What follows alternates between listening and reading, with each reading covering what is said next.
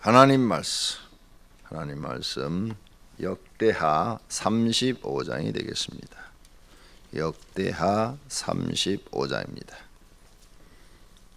요시야가 예루살렘에서 여호와께 유월절을 지켜 첫째 달 14째 날에 유월절 어린 양을 잡으니라. 왕이 제사장들에게 그들의 직분을 맡기고 격려하여 여호와의 전에서 직무를 수행하게 하고 또 여호와 앞에 구별되어서 온 이스라엘을 가르치는 네이 사람에게 이르되 거룩한 궤를 이스라엘 왕 다윗의 아들 솔로몬이 건축한 전 가운데 두고 다시는 너희 어깨에 매지 말고 마땅히 너희 하나님 여호와와 그의 백성 이스라엘을 섬길 것이라. 너희는 이스라엘 왕 다윗의 글과 다윗의 아들 솔로몬의 글을 준행하여 너희 족속대로 반열을 따라 스스로 준비하고 너희 형제 모든 백성의 족속의 서열대로 또는 네이 족속의 서열대로 성소에 서서 스스로 성결하게 하고 유월절 어린 양을 잡아 너희 형제들을 위하여 준비하되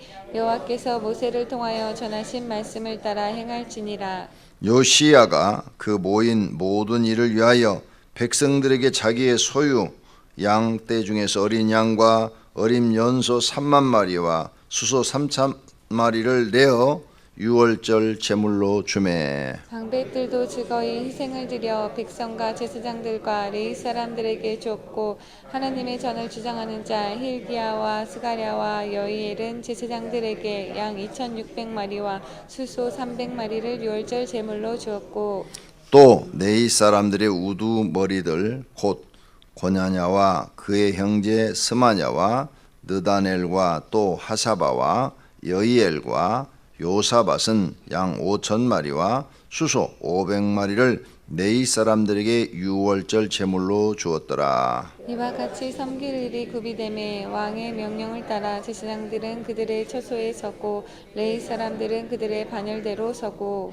유월절 양을 잡으니 제사장들은 그들의 손에서 피를 받아 뿌리고 또 네이 사람들은 잡은 짐승의 가죽을 벗기고 그 번제물을 옮겨 족속의 서열대로 모든 백성에게 나누어 모세의 책에 기록된 대로 여호와께 드리게 하고 소도 그와 같이 하고 이에 규례대로 유월절 양을 불에 굽고 그 나머지 성물은 솥과 가마와 냄비에 삶아 모든 백성들에게 속히 분배하고 그 후에 자기와 제사장들을 위하여 준비하니 이는 아론의 자손 제사장들이 번제와 기름을 저녁까지 드림으로 레위 사람들이 자기와 아론 자손 제사장들을 위하여 준비함이더라. 아삽의 자손 노래하는 자들은 다윗과 아삭과 헤만과 왕의 선경자 여두둔이 명령한 대로 자기 처소에 있고 문지기들은 강분에 있고 그 직무에서 떠날 것이 없었으니 이는 그의 형제 네이 사람들이 그들을 위하여 준비하였음이더라. 이와 같이 당일에 여호와를 섬길 일이 다 준비되매 요시야 왕의 명령대로 유월절을 지키며 번제를 여호와의 제단에 드렸으며 그때 모인 이스라엘 자손이 유월절을 지키고 이어서 무교절을 7일 동안 지켰으니 선지자 사무엘 이후로 이스라엘 가운데서 유월절을 이같이 지키지 못하였고 이스라엘 모든 왕들도 요시야가 제사장들과 레위 사람들과 모인 온 유다와 이스라엘 무리와 예루살렘 주민과 함께 지킨 것처럼은 유월절을 지키지 못하였더라. 요시야가 왕위에 있은 지 18째 해에 이 유월절을 지켰더라. 이 모든 일 후 곧 요시야가 성전을 정돈하기를 마친 후에 애굽 왕 느고가 유브라데 강가에 갈미미스에 수치로 올라왔으므로 요시야가 나가서 방비하였더니 느고가 요시야에게 사신을 보내어 이르되 유다 왕이여 내가 그대와 무슨 관계가 있느냐 내가 오늘 그대를 치려는 것이 아니요 나와 더불어 싸우는 족속을 치려는 것이라 하나님이 나에게 명령하사 속히 하라 하셨은즉 하나님이 나와 함께 계시니 그대는 하나님을 거스르지 말라 그대를 멸하실까 하노라 하나. 요시야가 몸을 돌이켜 떠나기를 싫어하고 오히려 변장하고 그와 싸우고자 하여 하나님의 입에서 나온 느고의 말을 듣지 아니하고 무깃도 골짜기에 이르러 싸울 때에 활 쏘는 자가 요시야 왕을 쏜지라 왕이 그의 신하들에게 이르되 내가 중상을 입었으니 나를 도와 나가게 하라. 그 부하들이 그를 병거에서 내리게 하고 그의 버금 병거에 태워 예루살렘에 이른 후에 그가 죽으니 그의 주상들의 묘실에 장사되니라. 온 유다와 예루살렘 사람들이 요시야를 슬퍼하고 에레미야는 그를 위하여 애가를 지었으며 모든 노래하는 남자들과 여자들은 요시야를 슬피 노래하니 이스라엘의 규례가 되어 오늘까지 이르렀으며 그 가사는 애가 중에 기록되었더라. 요시야의 남은 사적과 여호와의 율법에 기록한 대로 행한 모든 선한 일과 그의 처음부터 끝까지 행하는 이스라엘과 유다 열왕기에 기록되니라. 아멘. 새벽기도 나오는 여러분을 하나님께서 복 주시기를 축원합니다. 자, 요시야 왕에 관한 이야기가 34장에 나왔는데 하나 더 기록해서 35장까지 기록됩니다. 그리고 36장에는 이제 요시야 이후의 왕 4명이 등장하고 그리고 유다 나라가 바벨론에게 멸망하는 장면이 나옵니다. 이런 역사를 하나님 왜 기록하셨느냐? 하나님께서 기록한 이유가 하나님이 인간을 어떻게 통치하고 계시는지, 인간이 자기들이 왕이고 세상에서 가장 높은 자리에 있다고 하지만 하나님의 계획대로 모든 것이 진행되고 하나님이 복을 주면 사람이 복을 받고 하나님이 벌을 내리면 사람은 벌을 받는다는 것을 보여주시는 겁니다. 유다뿐만 아니라 그 시대를 지배했던 애굽도 그렇고 또 아수르라는 제국도 그렇고 바벨론 제국도 그렇고 이 역사에 그런 인물들이 등장을 하는데 이게 다 하나님의 통치하에 있다는 것을 우리에게 알려주는 겁니다. 그러므로 우리가 이런 성경을 읽고 깨달아야 할 것은 나도 하나님의 통치하에 있다. 그러니 하나님 말씀대로 살아서 복 받을 일을 많이 행하고 벌 받을 일은 안 하는 것이 좋다. 이렇게 마음에 새겨져야 됩니다. 그래야 복 받을 일을 많이 하는 겁니다. 그러므로 내가 무슨 말을 하거나 무슨 행동을 할 때 이게 하나님께서 나를 인정하는 말인가, 인정하는 행동인가, 이것부터 생각을 하셔야 됩니다. 그래서 하나님이 인정하고 하나님이 복줄 일이라면 힘들어도 열심히 하고, 하나님이 이건 기뻐하지 않을 일이다, 이건 하나님이 원하지 않는 일이다 하면 아무리 돈이 많이 생겨도 안 해야 됩니다. 그래야 하나님이 인정을 하시고 벌을 안 내시는 겁니다. 당장 눈앞에 이익이 생기고 돈이 좀 생긴다고 하나님이 원하지 않는 일을 했다간 하나님이 그 사람을 버리는 경우도 성경을 보니까 많이 등장한다는 겁니다. 그러니까 우리의 중심은 하나님이고 그 하나님의 마음과 뜻을 전달시켜 주는 게 성경책이에요. 성경을 읽고 깨달아서 성경 말씀대로 살아야 나와 여러분이 하나님께 인정받고 복받는 사람이 되는 줄로 믿습니다. 평상시에 부모님의 말씀을 두렵고 떨리고 소중하게 여기는 사람들은 성경을 읽어도 하나님의 말씀을 두렵고 떨리게 이렇게 봅니다. 근데 평상시에 부모님 말씀을 우습게 여기고 그냥 가볍게 여기고 아니면은 무시해버리고 자기 멋대로 산 사람은 성경을 읽어도 멋대로 삽니다. 아무리 여기 좋은 말씀이 있어도요, 이걸 마음에 새기질 않습니다. 자기 생각대로 사는 거예요. 근데 평상시에 사람들이 하는 말을, 야, 저 어른이 하시는 말씀 들어야지, 저대로 안 하면 내가 사람 대접 못 받지, 이렇게 마음에 말을 두렵고 아주 말을 소중하게 여기는 사람은 하나님이 하시는 말씀도 소중하게 여기는 거예요. 근데 평상시에 어른이 말해도 예를 들어서 아이들이, 나도 한번 그래봤는데 중학생이 공원에서 담배를 피더라고요. 그 한진 아파트에 살 때, 한진 아파트 조그만 공원 거기에 앉아서는, 중학교 1, 2학년이나 됐겠어요서는, 야, 어린애들이 무슨 담배냐? 그랬더니 아저씨가 뭔 상관이에요? 이렇게 얘기를 하더라고요. 딱 째려보면서 무섭더라고요. 아저씨가 무슨 상관이냐 그러는데 애들은 말을 안 타는 애들이에요. 이런 애들한테 성경을 아무리 전해봐야 안 듣는다 이거죠. 아무리 옳은 말을 해줘도 안 듣는 거예요. 그래서 여러분이 교회 나오면 마음을 바꾸셔야 돼요. 사람이 하는 말을 소중하게 생각하고, 특히 어른들이 하는 말은 더 소중하게 생각해서 내가 경험하지 않았더라도 그걸 마음에 담아두는 습관이 있어야 그런 사람이 성경 말씀을 읽고 그 말씀대로 살려고 합니다. 말을 우습게 하는 사람, 성경 말씀 아무리 진리를 전해도 듣지 않으려고 그래요. 자기 생각대로 사니까, 그게 편하니까. 근데 그것은 멸망의 길이요, 하나님 앞에 심판받는 길입니다. 꼭 기억하시고 하나님 말씀대로 살려고 하는 분들이 되시기를 바랍니다. 자, 요시야가 왕이 되는데 하나님이 바벨론을 통해서 멸망시키려고 그랬는데 요시야가 하나님을 잘 섬겨서 너의 생애에는 그런 일이 일어나지 않을 것이라 그랬어요. 요시야가 참 복받았죠. 그래서 요시야가 왕이 돼서 복받을 일을 했어요. 첫째, 성전 수리를 했죠. 성전 수리, 그죠? 성전 수리하는 것은 복받을 일입니다. 그래서 하나님의 성전을 깨끗하게 하고 또 관리를 잘하고 또 어디 뭐 보수할 거 있으면 보수하고 이렇게 내 돈을 들여서 하나님의 성전을 내 집보다도 더 소중하게 여기는 신앙은 복받을 수 있는 신앙입니다. 그런 신앙들을 가지기를 바랍니다. 두 번째, 요시야가 잘한 것은 성전 수리하다 하나님의 말씀 율법을 발견했어요. 그걸 서기관이 읽는 걸 딱 듣고는 우리가 저 말씀대로 살지 않아서 이렇게 나라가 기울였구나, 망했구나. 그리고 자기 옷을 찢고 회개하고 백성들을 불러다가 우리가 이 말씀대로 살아야 나라가 잘 된다 하고 선포를 했어요. 이게 잘한 거예요.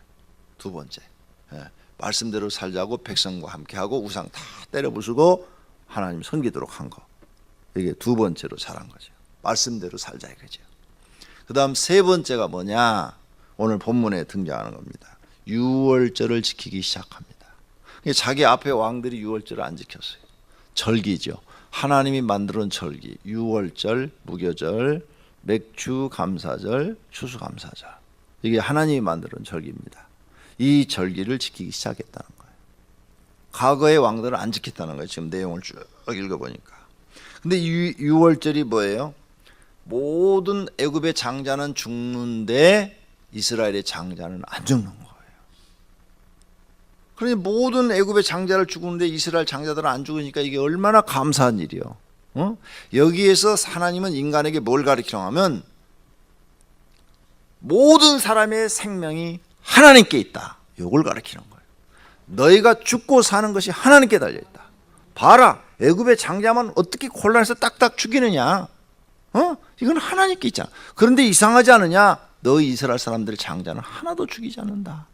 짐승까지도 처음 난 것은 다 죽었는데 이스라엘 것들은 짐승도 죽지 않았다. 그러면 하나님께서, 예수님께서 이런 말했죠. 하나님은 머리털까지도 세신받는다. 이 말씀이 맞다 그 말이에요. 그러잖아요. 어떻게 그 애굽에 수많은 집들이 있는데 처음 난 애굽의 짐승과 장자는 다 죽었는데 이스라엘의 장자는 죽지도 않고 짐승도 안 죽었냐 이거예요.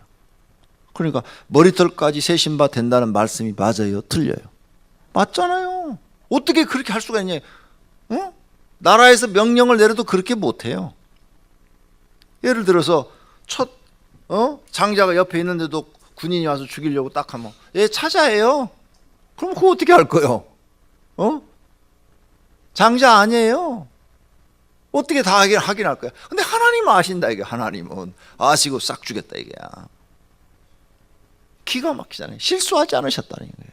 그러니까 머리털까지 세신바가 된다, 이 말씀이 맞다 그 말이에요. 정말 그러니까 어떤 분이 이런 얘기를 합니다. 대머리는 하나님의 수고를 덜어준대. 왜? 머리카락을 덜 세도 되니까. 그 말이 맞긴 맞네. 머리털까지도 세신바 된다고 그랬으니까. 날마다 하나님 우리 머리털 세시려면 얼마나 힘드실까. 우리 김충건 목사님 하나님의 수고를 덜어주는 분이에요. 자, 하나님을 아는 사람들은요, 하나님이 은혜가 무언지를 깨달은 사람들은 이렇게 바뀌어요.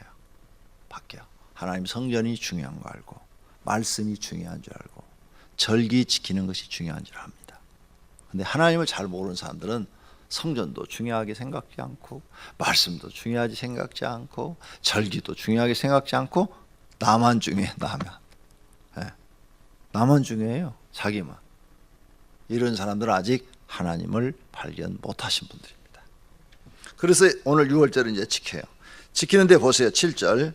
요시아가 그 모인 모든 일을 위하여 백성들에게 자기의 소유 양떼 중에서 어린 양과 염소 3만 마리, 양하고 염소 합해서 3만 마리, 수소 3천 마리 이렇게 드렸다고 그랬어요. 쉬운 일 아니죠? 소만 해도 3천 마리. 어려운 일이에요. 3만 마리, 3천 마리. 이 쉬운 게 아닌데 하나님께 이렇게 유월절 제물로 바쳤다 그랬어요. 하나님을 아는 사람들은 하나님께 드리는 것이 기쁘고 감사합니다. 왜? 하나님이 나한테 이걸 다 주었다고 믿기 때문이죠. 정말 하나님이 나한테 주었다고 믿기 때문에 하나님께 드리는 것을 기쁘게 생각합니다. 감사하게 생각해요. 여러분이 만약 그런 마음이 있다면 여러분은 복받은 사람이에요. 그리고 물질의 축복을 앞으로 받을 수 있는 사람들이에요. 근데 하나님께 드리는 것이 아깝고, 하나님께 드리는 게 싫고, 이런 마음이 일어나고 있다면 이건 사단의 역사입니다. 이런 분들은 복을 받았어도 다시 까먹기 시작합니다. 잊어버리지 마십시오. 오늘 여기 보세요. 요시아 왕. 신앙이 회복되니까 이건 상상도 할 수 없는 돈이에요. 그 당시는 짐승이 재산이지 않습니까? 우리도 과거에 40년, 50년 전에 시골 가면 소 한 마리만 있으면 애들 대학까지 가르친다고 그랬어요. 소가 재산이었어요, 재산. 근데 3천 마리잖아요, 3천 마리. 한 마리도 아니고, 양과 염소가 3만 마리고, 이게 가능한가, 이게? 재벌이 아니고서야 불가능한 일이죠. 재벌이를 하더라도 이렇게 드릴 수가 없는 거죠. 근데 했어요. 왜? 솔로몬도 이랬거든요. 자기 앞에 왕들을 보니까 믿음이 좋은 왕들은 다 했어요. 그래서 하나님을 진짜로 아는 사람들은 하나님께 드리는 것을 기뻐합니다. 왕은요, 왕에 맞는 예물을 하나님께 드려야 하나님 기뻐하시고요.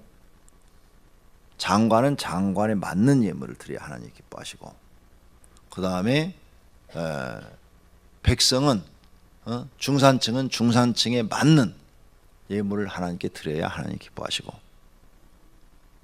서민은 서민에 맞는 예물을 드려야 하나님이 기뻐하십니다. 그렇게 다 제도를 만들어 놨어요. 그게 레위기서요. 자기 형편에 맞도록. 아무리 가난해도 고운 가루에바 10분의 1은 드리라고 그랬어요. 고운 가루, 밀가루 한 움큼.